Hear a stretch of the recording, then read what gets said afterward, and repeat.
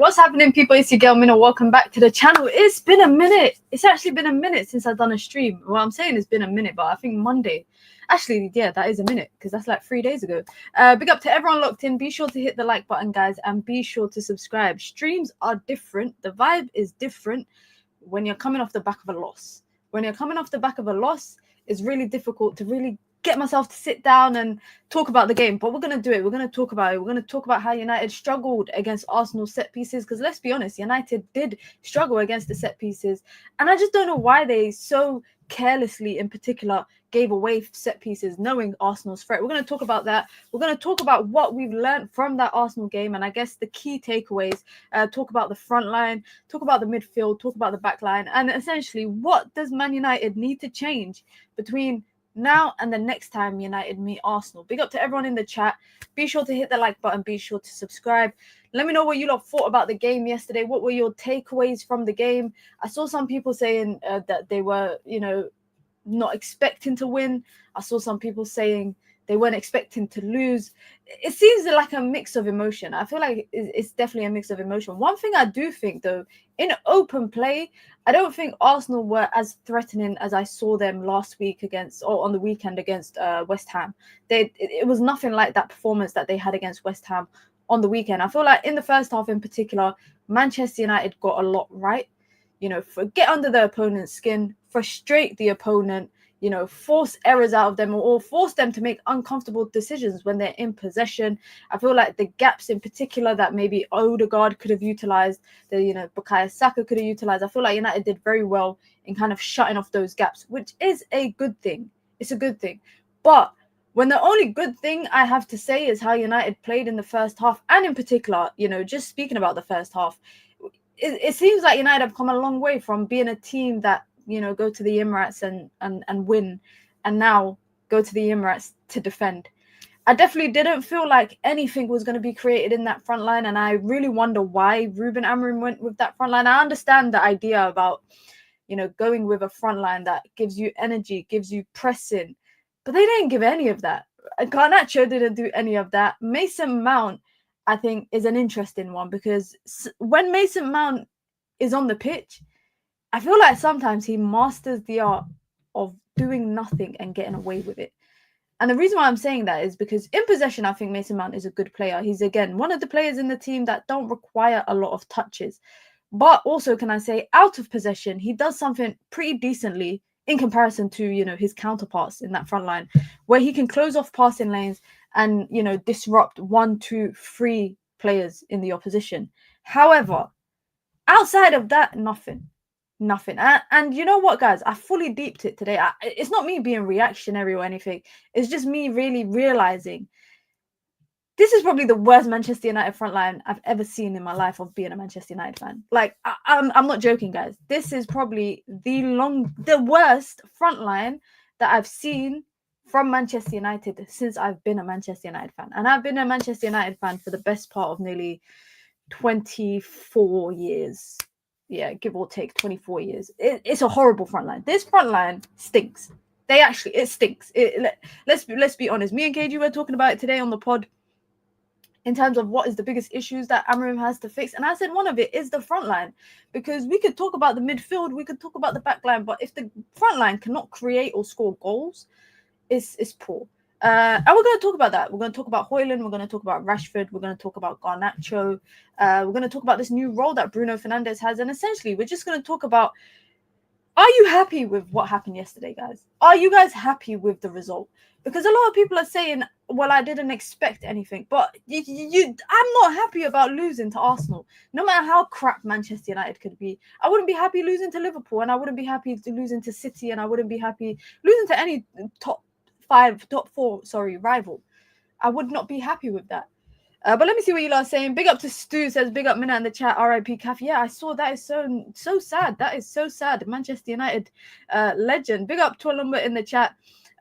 Says Garnacho always finding excuses for him, saying he's young. Excuses FC. The age thing is interesting when it comes to Garnacho, because I understand the age thing. I definitely do. Garnacho is, I feel like, you know what? Let's actually get into the conversation. Let me bring him up on the screen right here. I feel like Garnacho is, I want to say, a product of his environment. And you lot are probably wondering, what the hell does that even mean, Minna? What the hell is a product of his environment? I actually think that Garnacho is a product. When I say he's a product of his environment, he is a perfect example that Manchester United over-rely on players way too much from just them having a good run of games. Now, a player like Garnacho, in my opinion, should not be starting as often for United. I said this last season, and I'll stand by it this season. He's not a player that should be starting. He lacks a lot of qualities that you'd expect in a starter, and that some of that comes down to age. Some of that comes down to, you know, he needs to be coached. He needs to be taught things, right? Some things are not taught, and you know, people love to use the ages of other young players, right? But let's not, you know, use, I know it's sad to say, but let's not use Yamal as a benchmark for our young players, because Yamal is one of one. He is one of one. There is never going to be another type of Yamal player bursting onto the scene at the age of 15 years old, guys. It's not going to be a thing. So let's not use Yamal as a benchmark, because that is a very, very high benchmark that, you know, is unrealistic. It's unrealistic. Now, should Manchester United aim to have their young players be like Yamal? 100%. But what's the reality of players in Manchester United becoming like Yamal? I don't think it's very likely. That's my first point. My second point with Garnacho is that I don't think he should be playing as much as he's playing. I actually tweeted this morning saying, and if you don't follow me on Twitter, guys, follow me on Twitter, minamufc. But I tweeted this morning saying that Garnacho cannot play as an inside 10. He can't do it. Just like how I think Rashford cannot play as an inside 10 if he's playing with Hojlund up top, I think Garnacho is not an inside 10. I feel like players who should be inside 10s or should be the 2 10s in the Amorim system, they need to be players who are good on the ball. They have to be good on the ball. They have to take care of the ball. They have to, you know, be able, you know, not lose possession so easily, which is a lot of what Garnacho does. Now, yesterday in particular, and this is not, I don't want you lot to think, I hope you lot don't think I'm ripping into him, right? Because I'm not. But I'm pointing out things that I identified yesterday that kind of stood out to me. That first goal United concede, Garnacho loses the ball in the middle of the pitch, and then it goes out for a corner. Now, I think Arsenal were playing for corners.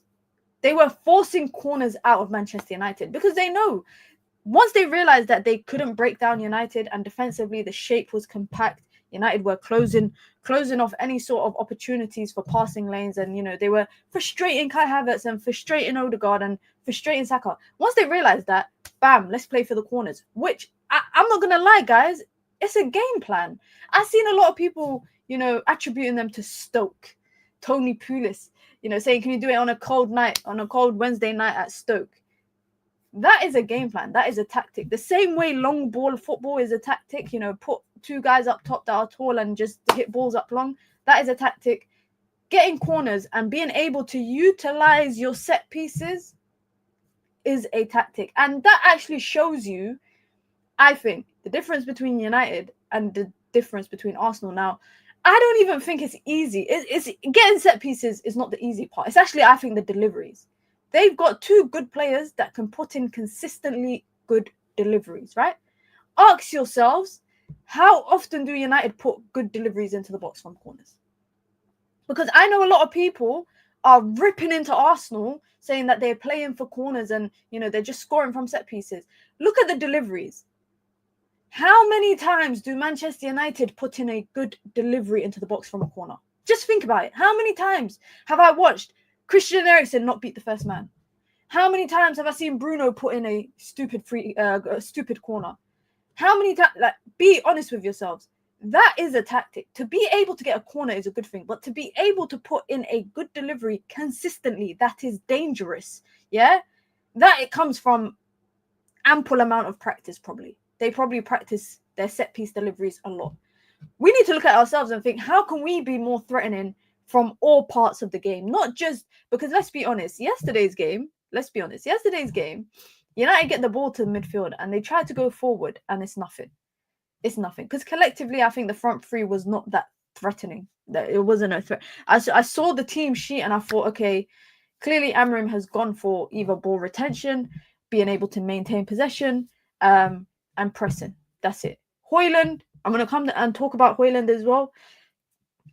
And it's only 4 games in, right? It's only 4 games into Ruben Amorim's time. But my point is about the corner thing, because I have seen so many people going on and on and on and on about it.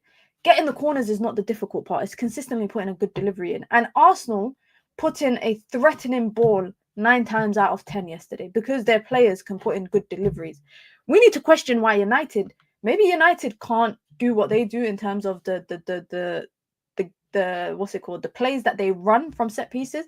But we should actually ask why United can't put in good deliveries into corners. I mean, United didn't even have a corner yesterday. We did not have a corner yesterday. But let's ask ourselves, when United get corners, right? From now on, I'm going to watch United at corners. Why can United not put in good deliveries? Why is it for every corner we get, for every 1 corner we get, one of them, for every 3 corners we get, one of the corners is not going to beat the first man. It's not going to beat the first man. That's the questions I feel like we need to ask. Because we could sit here and complain about what Arsenal are doing. And yeah, it's maybe taking the thrill out of football, but it's winning them points, bro. It's winning them 3 points. It's keeping clean sheets for them. It's scoring goals for them. Yeah. Manchester United, another thing yesterday as well that stood out to me. And again, I would love to know why Ruben Amorim or why Manchester United decided to do this. But they're marking in a zonal format. They're marking in a zonal format. How you got Ugarte here that's marking no one? He's on nobody. Now, again, I feel like Arsenal's set pieces is one of them ones where you know what's coming. You just can't stop it. You got no answer for it. You know the delivery is coming into the box. You know they're probably going to score from it. And you know that there's nothing you could probably do to stop it. That is probably the most annoying thing. And I saw before the game, I was watching the game on Amazon Prime, and before the game, they were practicing. Man United were practicing set pieces. They were practicing defending set pieces, and they were doing it in a zonal marking kind of format. Again, during the game, that was the first thing I noticed. For both goals that United concede, players get free headers because United are marking in a zonal format, which means some players are marking more players than others because of that. Big up to Sully with the super chat, says, why are Ghana getting all their blame? All of our attack is crap. I agree. I don't think Garnacho should solely get the blame. I think it's just, I think you can identify things from each player in that front line that is a hindrance to the team. Like, I'm not joking, guys. Yesterday's game just fully reiterated to me, and I say this after every game just so that I don't get too ahead of ourselves. Ruben Amorim got a big job. He's got a big task here to try and get something out of the players that he has available to him, but also, building something with this Manchester United team. Now, this current United team, I'm not going to lie, I think there's still a few players away from even being consistently good, but we've got to make do with what we have. We have to make do with what we have. Before we actually talk about, I want to actually talk about one player in particular. I want to talk about, because I feel like I can't talk about the front line without talking about the guy leading the front line. And again, I feel like yesterday was just crap for everyone. I'm not going to lie, guys. I feel like it was a crap game for everybody in the team. But that front line stank, guys. I can't lie. The front line was bad. It was bad. One thing I noticed about Rasmus Hojlund is that yesterday's game, it seems like when he comes up against the bigger and the stronger centre-backs, like, people like Saliba, the better centre-backs, he just regresses back to this wrestling, fighting kind of guy. Like, I'm not going to lie, I don't think Hojlund's hold-up play is that good. I'm going to be 100% honest with you guys. I do not think Hojlund's hold-up play is that good. This is something that, of course, Joshua Zirkzee's praised for, but I feel like Joshua Zirkzee plays a lot deeper than where Hojlund will tend to get the ball at. But when he does get the ball, he can't protect it. It's always bouncing. The ball is always bouncing around. I feel like there's, sometimes I watch Hojlund and I feel like there's bumps on the floor that I can't see because the ball is bouncing in random places before he's able to try and get a control of it. Yesterday, I feel like he was rushing the pass.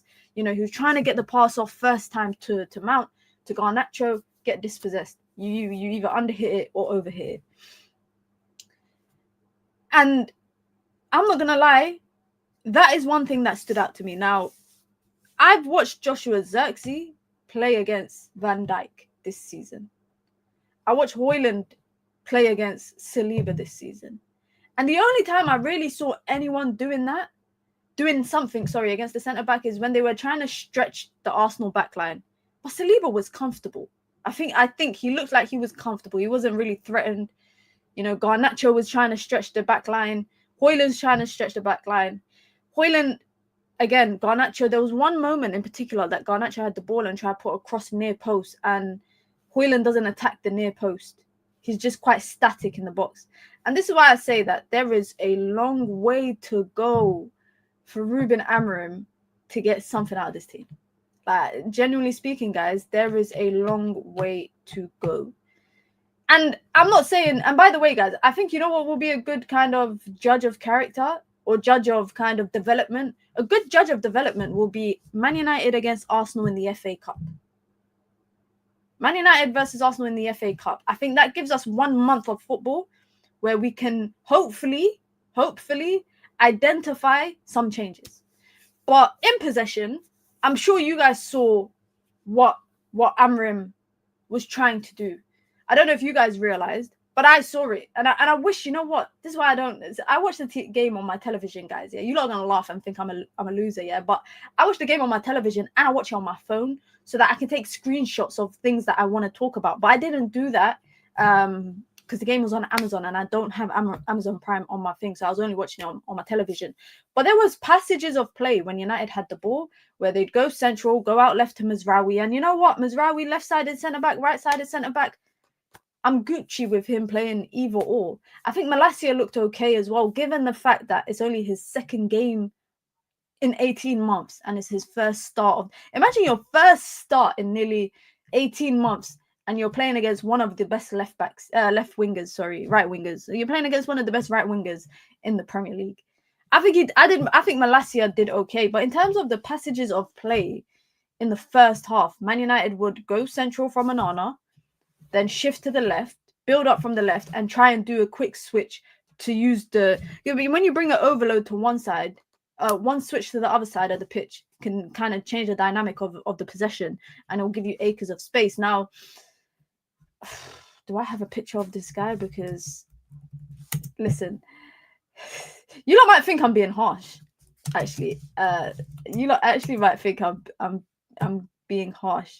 Let me see. I'm trying to find a picture from yesterday. Oh, this ain't really a good quality one. Yeah, this isn't. You know, I like to find HD photos. Oh, all right. You lot might think I'm being harsh, right? What's happened to this guy? What has happened to Diogo Dalot? And because I watched him play at left wing back yesterday.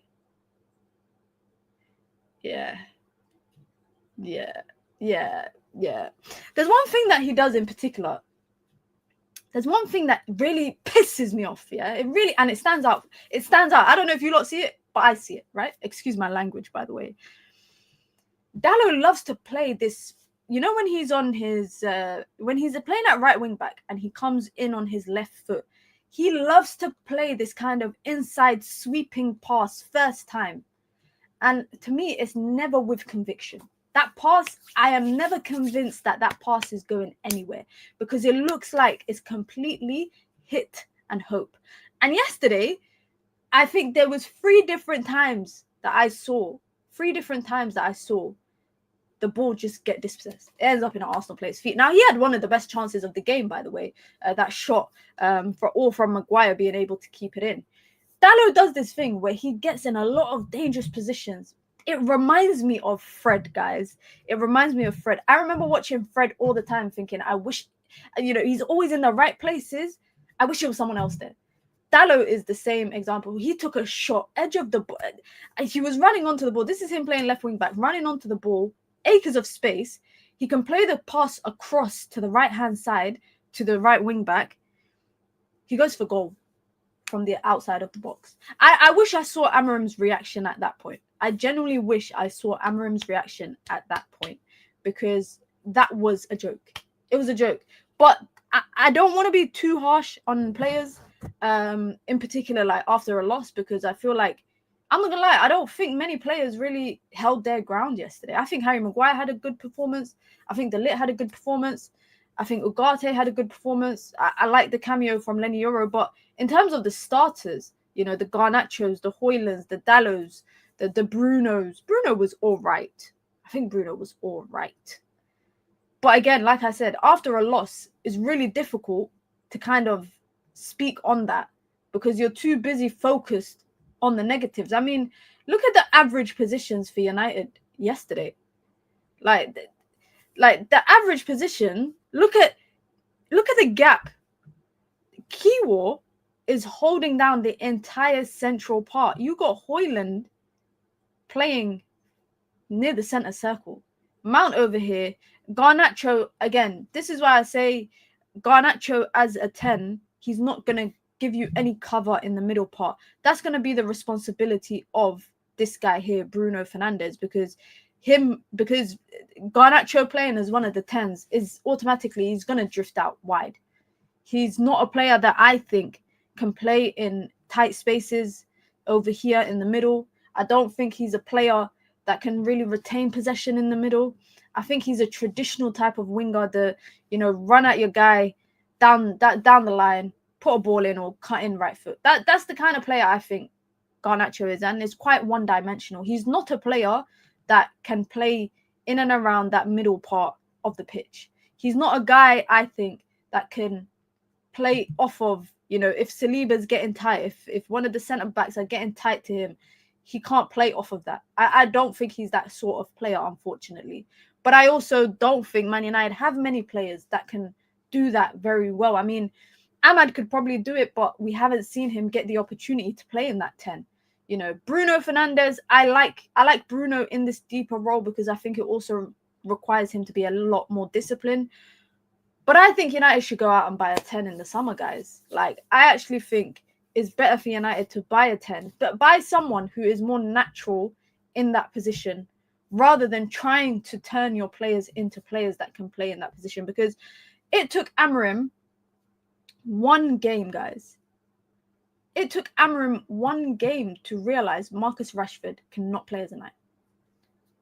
How many games is it going to take him to realize Garnacho cannot play as a 10? I don't know how many games it's gonna take. Amorim needs to stop the 6 changes experiment, please. By now, he could tell who should or should not be starting. The thing is, though, I think Amorim is making these changes in particular to the starting lineups, not because he's experimenting and because he doesn't know who can play where and who's good for what position. I think he's doing this because he actually explained it. He said he needs everyone to get match fit. He said most of the team is not match fit for 90 minutes, which is why people are like, Harry Maguire's playing 45 minutes here and there. Malacia is playing 45. Mount is not playing past a certain point. Lenny Yoro, obviously, we saw him come in yesterday, get about 30 minutes under his belt, or approximately around 30 minutes. There's not many players in this team that play consistent 90 minutes. There is not many of them.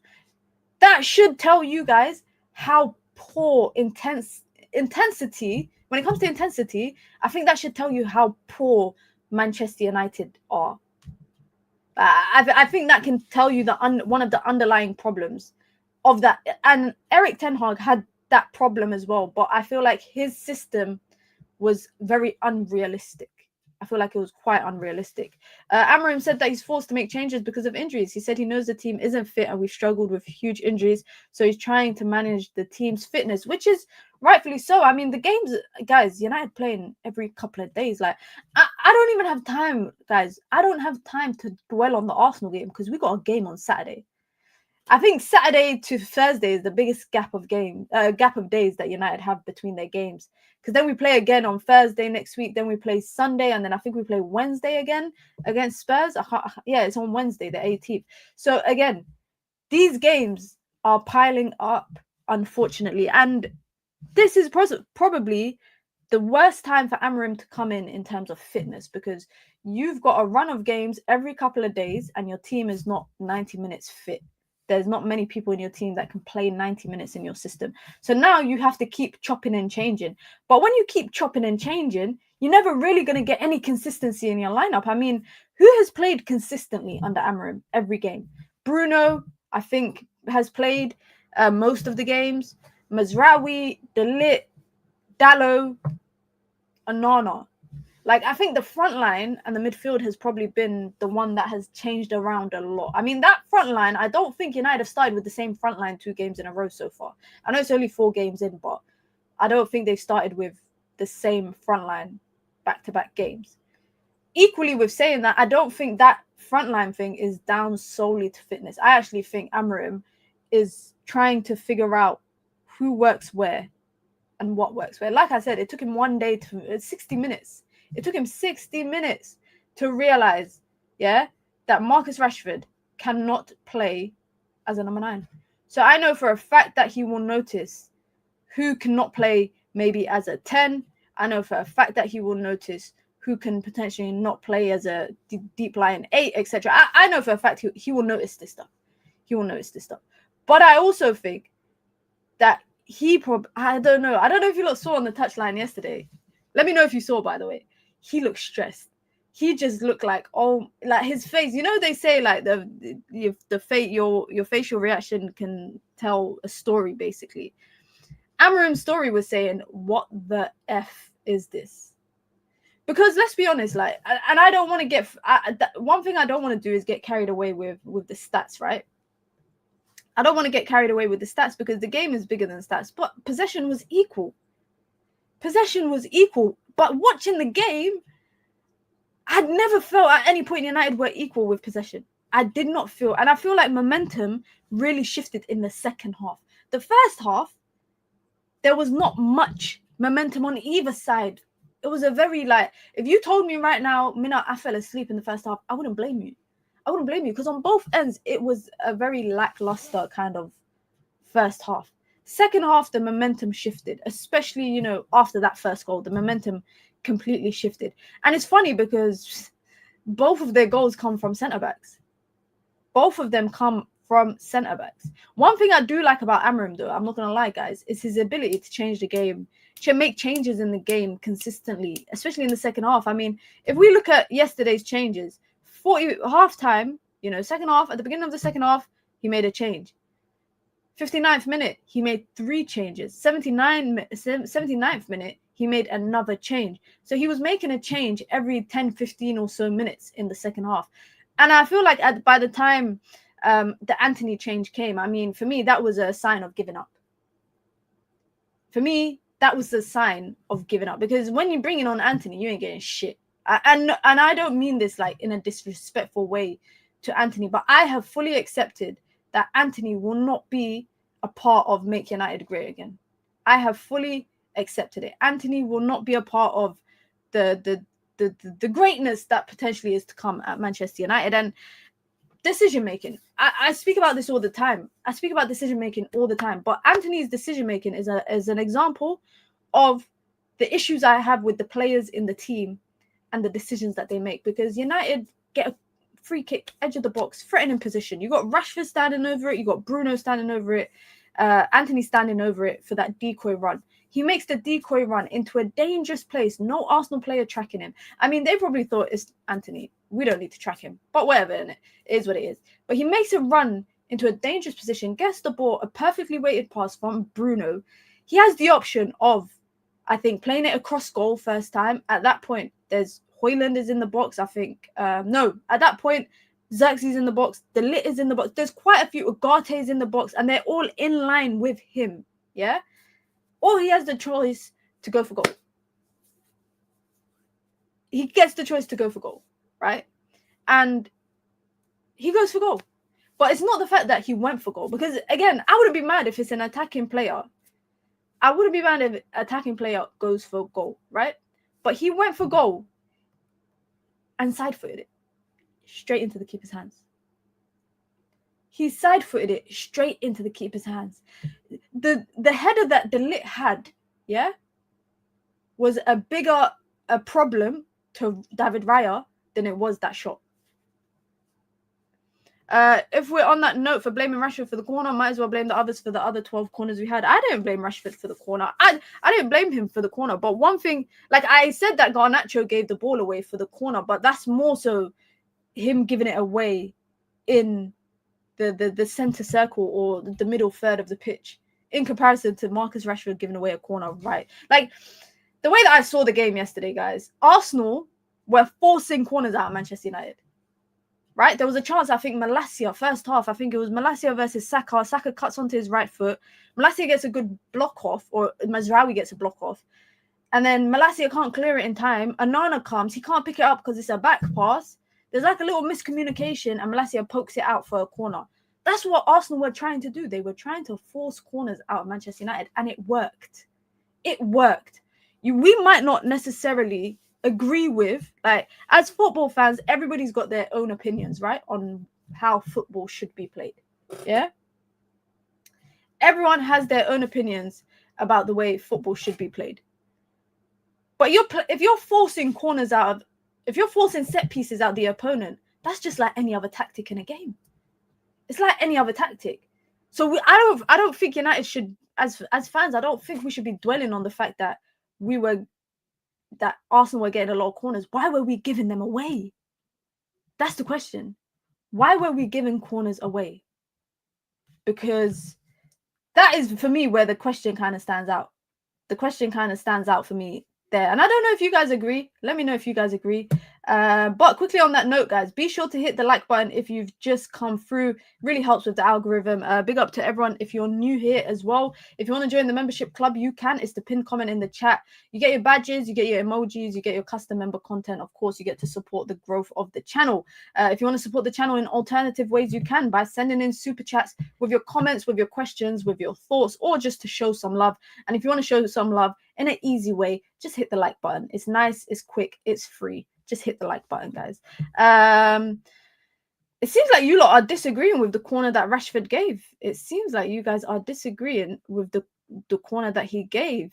Jordan's saying all he had to do was play it out for a throw-in. You don't have to try to do a kick-up knowing that you're that close to the end line. I think, yeah, he tried to do a kick-up, but he did slip. It looked like he did slip. And I don't want to be that guy or that girl and say it was raining, guys. But it was raining. So you guys saw a lot of players were slipping. I saw Mazraoui slipping. I saw Garnacho slipping. I saw Garnacho unable to control the ball at one instance because it just slipped off his foot. Yeah. Again, I'm not blaming the rain, but I think the Rashford, I do think it's a bad decision, by the way. And he does slip. And he's probably trying to do that thing where, and I've seen these kind of clearances multiple times where they try kick it up and then like do an overhead kick to get it out. But also, don't do that there. I'd rather you try kick the ball on the opponent and get the goal kick or get the throw in. I agree. I don't know what the need was to do those kick ups and then try. To me, it looked like he was trying to kick and then, you know, do overhead kick to clear it out. But why are you trying to do that? I saw Malacia slip into the greatest tackle ever. Listen, that tackle was this close to him. He's so lucky he won the ball, and he won the whole ball, yeah. But if Saka just stepped like this a little bit, he would have took Saka out. He literally, and he slipped. I saw Mason Mount slip into a tackle as well. Just before, I think he didn't get booked for that one. He got booked for the next one. But I saw lots of players yesterday slipping into situations. Like, and again, I don't want to make excuses because it's at the end of the day, it's not a flipping excuse at all. It's not an excuse as well at all. But again, this is the goal that I was referencing. This was the goal that I was referencing. The second corner that they score from. Mazraoui is marking. How many people is he marking? He's got Thomas Partey. I think this is Kai Havertz, and he had Yuri and Timber with him all on the back post. All three of them were on the back post. Other Arsenal players were scattered across. You know, you guys know the way that they're running their plays. It's like they're all like this together, and then they all run in different angles like this. I feel like, you know what, guys? When I'm watching Arsenal set pieces, I actually feel like I'm watching the NFL. I'm not joking. Maybe, you know how Pep Guardiola, I don't know if you lot remember in the summer, but Pep Guardiola went to America to watch the NBA finals, and he was watching, I think it was the Boston Celtics. I think he was going to the Boston Celtics, and there's videos and that of him with the head coach of the Boston Celtics, and he's like drawing stuff on a whiteboard. Maybe Arsenal are getting their attacking kind of ideas from the NFL, because I felt like when I watched their set pieces and they have little players making decoy runs, and you know what I also realized? It's not even that they're going central or they're going far post. It's right pinpoint on the middle of where the goalkeeper is. Just put the ball there. Someone's going to get their head to it. Someone is going to get their head to it. And and that's the thing. It's like you know when Arsenal get the corner, it's going to be dangerous. You know it's going to be dangerous, but there's nothing that you can do from it. And that's probably the most frustrating thing, because I don't know if you guys are the same. I got friends who are Arsenal fans. And I was playing COD yesterday with my friends after the game. They were just talking like you would have thought that Arsenal dominated United. You would have thought, the way that I've seen people talk. I respect Arsenal fans that admit that it wasn't a nice performance, but it got them 3 points. But you would have thought that Manchester United got annihilated. They crowd and scatter. Yeah, that is a tactic. Big up to Ryan, says, big up Mina, new subscriber. Big up Ryan, welcome to the community. I hope you're doing well. Second half, Arsenal dominated us, to be fair. I feel like after the first goal, United is like, it's floodgates. It's just floodgates. Confidence disappears. Suddenly United can't string passes together. Suddenly everyone's doubting one another. And that's the problem when United go down in these big games. And guys, next week, next week we got City at the Etihad. The only good thing about that is City are not that great right now. That is the only, I guess, reason why United can definitely feel a lot more confident maybe going into the game, is because City are not doing that well. But we also got Spurs a couple of days after that. Their corners are on the borderline of a foul. I think Rasmus makes a meal out of those pushes on him. It goes to VAR as a foul. I saw the ref. I saw the ref for one of the corners. He was slowing down the game, the corner a little bit, because I think it was Hojlund and someone was getting dashed around in the box. But he's so focused on trying to stay and stand. Just dash yourself, bro. Dash yourself. Even with Onana, right? He came out quite a few times and got a fist to the ball a couple of times. But goalkeepers should, I don't want to advocate for this, but they should make a meal out of this a bit more. Because you got 3-4 players crowding around you. Make a meal out of it. We need to move on from players who cannot hold the ball. We all know who they are. Listen, guys. Who is John referencing? Who do you guys think are the players in the team right now that cannot hold on to the ball in possession? Because I'm not going to lie. Yeah, I'm not going to lie. There's a couple of players that I think are good on the ball. There's a couple of players. But I think there's definitely more players that are not good on the ball than is good on the ball, if that makes sense. It's funny because I think some of United's players that are so good on the ball are defenders. Leach is good on the ball. I think Mazraoui's very good on the ball. Ahmad has turned into this new wing back. And again, he comes on the second half and gets a few opportunities to run at Zinchenko. Zinchenko gets booked. And suddenly United cannot get the ball to that side of the pitch again. Suddenly United cannot get the ball to where the threat was coming from in the second half before Manchester United ended up conceding. And that is, for me, again, is confusing. I don't know why that was kind of you lot all saying the same names. Garnacho, Hojlund, Bruno, Xerxes, Rashford. And it's crazy because, like I said, everyone that people are naming is players, frontline players. These are players that should be good on the ball. You'll never look at front, like, before we actually get into this, the topic of striker, because you guys mentioned Xerxes, and obviously we saw Xerxes and Hojlund play yesterday. I watched Newcastle versus Liverpool, guys. I saw Alexander Isak, yeah, and I just sighed. I thought of my strikers and I just let out the longest sigh, because Manchester United are so, like, I said this at the beginning of the stream, but Manchester United, without a doubt, this is the worst Manchester United front line I've seen in my lifetime of supporting Manchester United, and I've supported United for 25 years.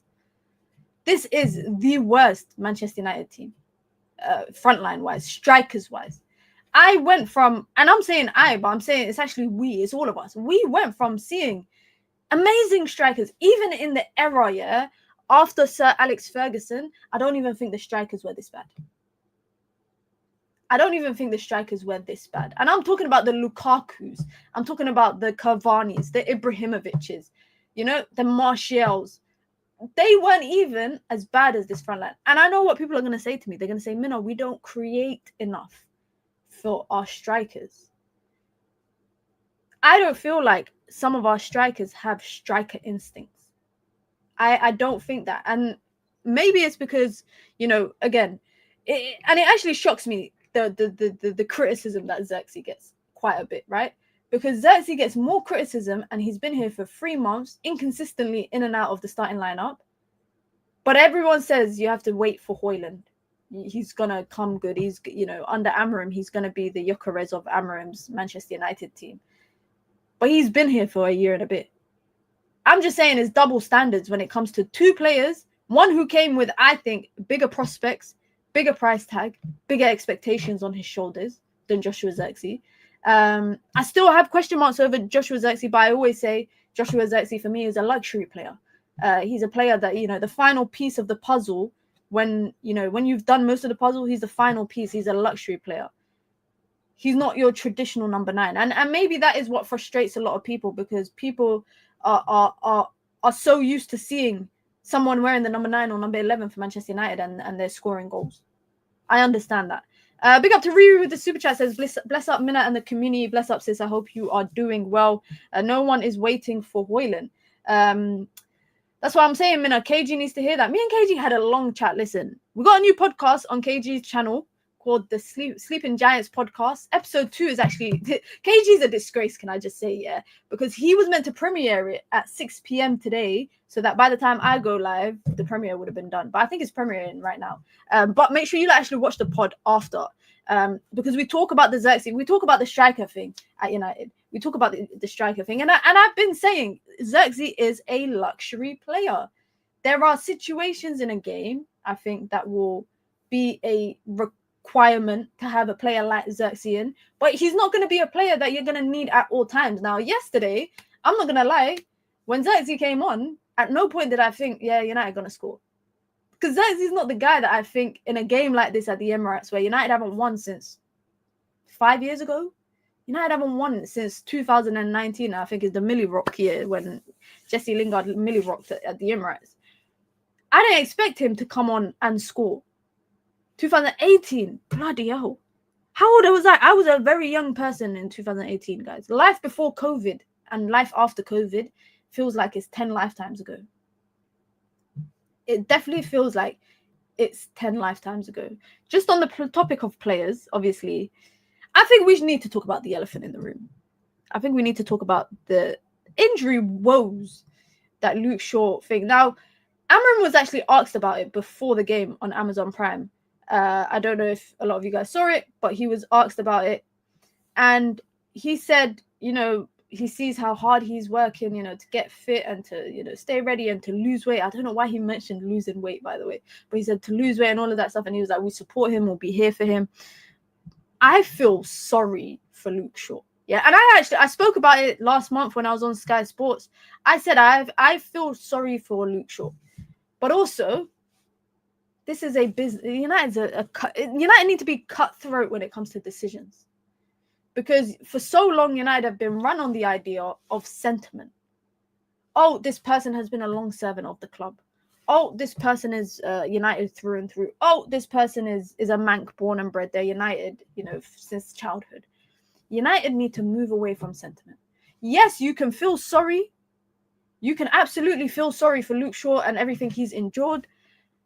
But we have to accept that Luke Shaw being injured and being unreliable is causing a hindrance to Manchester United. Now, Luke Shaw has been at United for 10 years and he averages about 2.8 assists per season of his time here. He's got 28 assists in 10 years.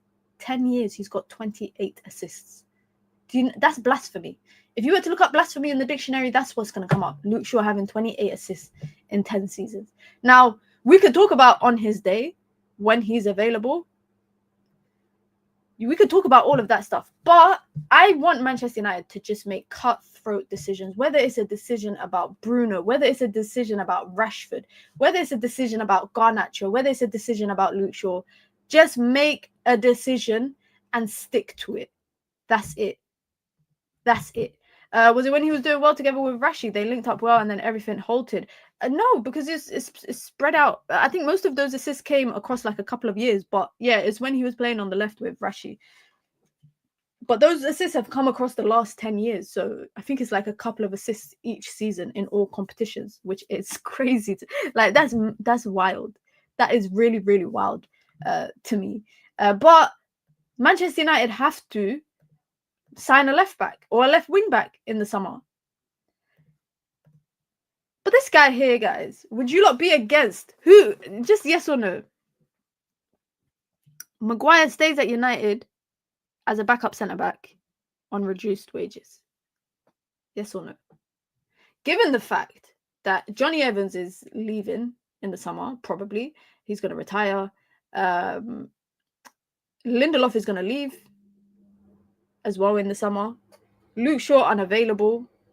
What's the likelihood, you lot are all saying no in the chat, what's the likelihood, guys, that Man United sign 2 or 3 centre-backs in the summer? I don't think it's likely. I think United sign 1 centre-back, maybe another one on a free, but I think they'll look at a left wing-back and maybe, attacking players.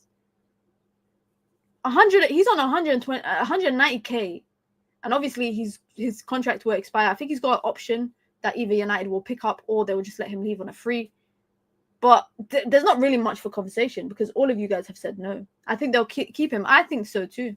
I actually have a strong feeling that United will keep Harry Maguire.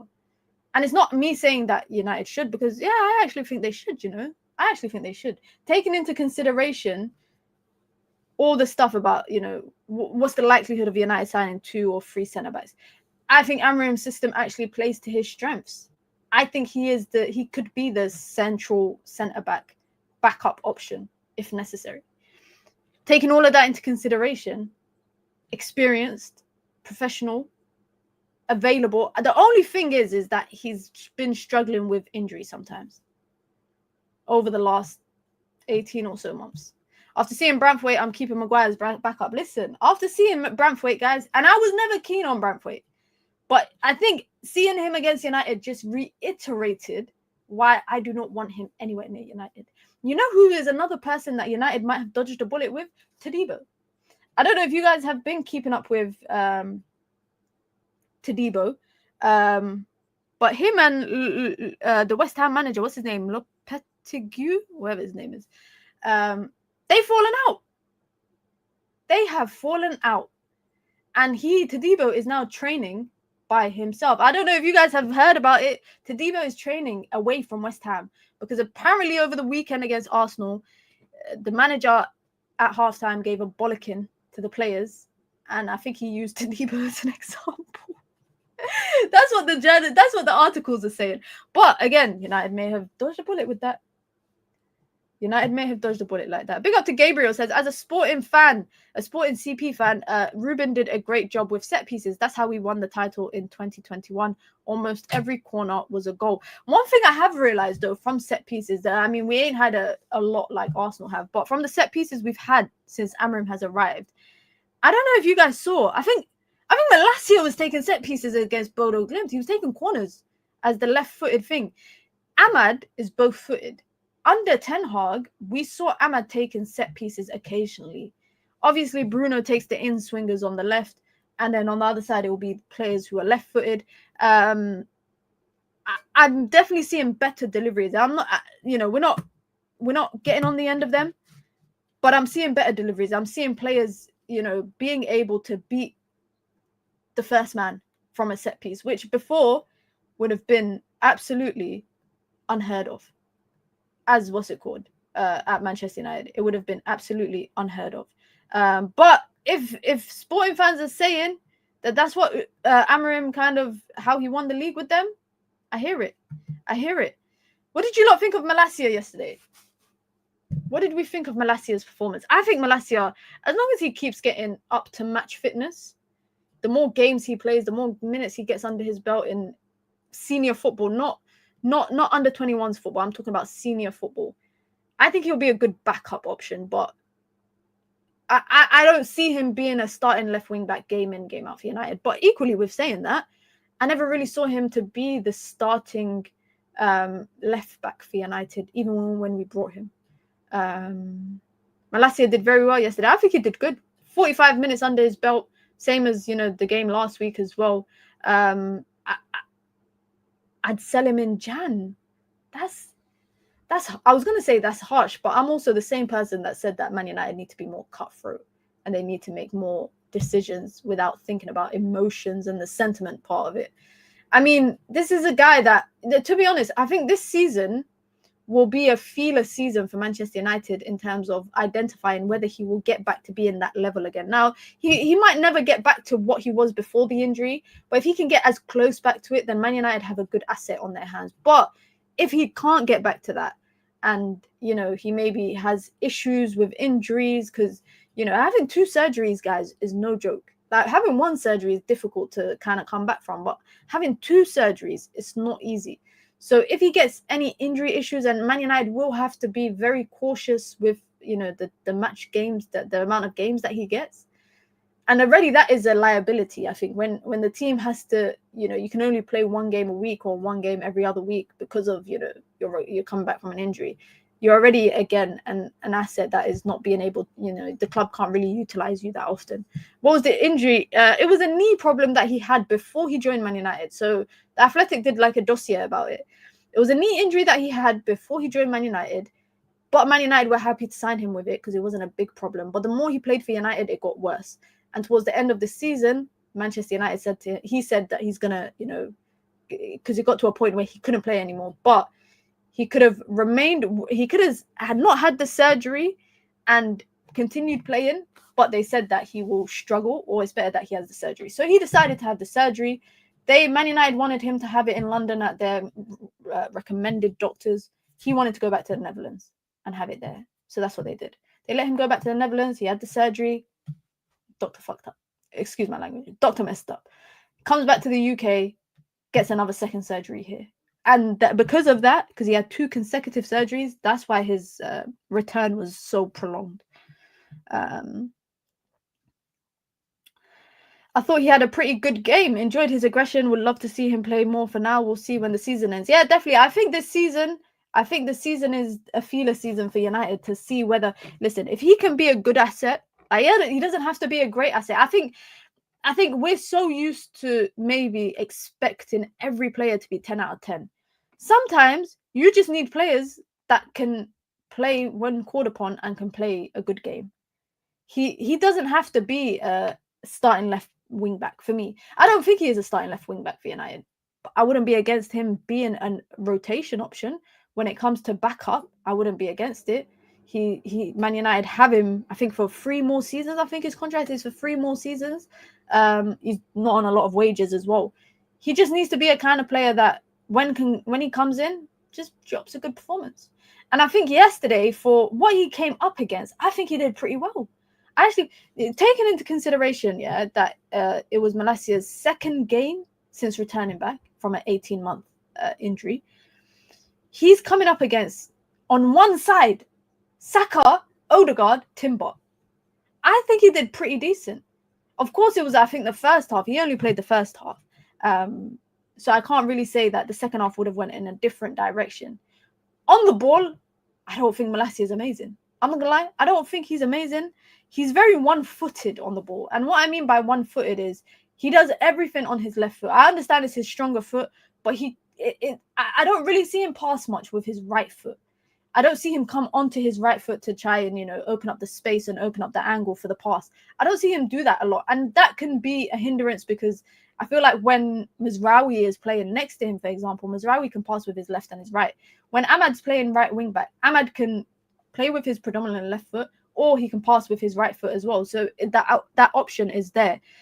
Again, like I said, from Malacia, I don't know what we're expecting. We're not expecting him to be a 95 rated FIFA card, but I'm not expecting him to be, the best left wing back. I'm not. I'm just expecting him to be a rotation player. And for his second game back after that long out, I don't think it was a horrible performance. I personally don't think it was a horrible performance.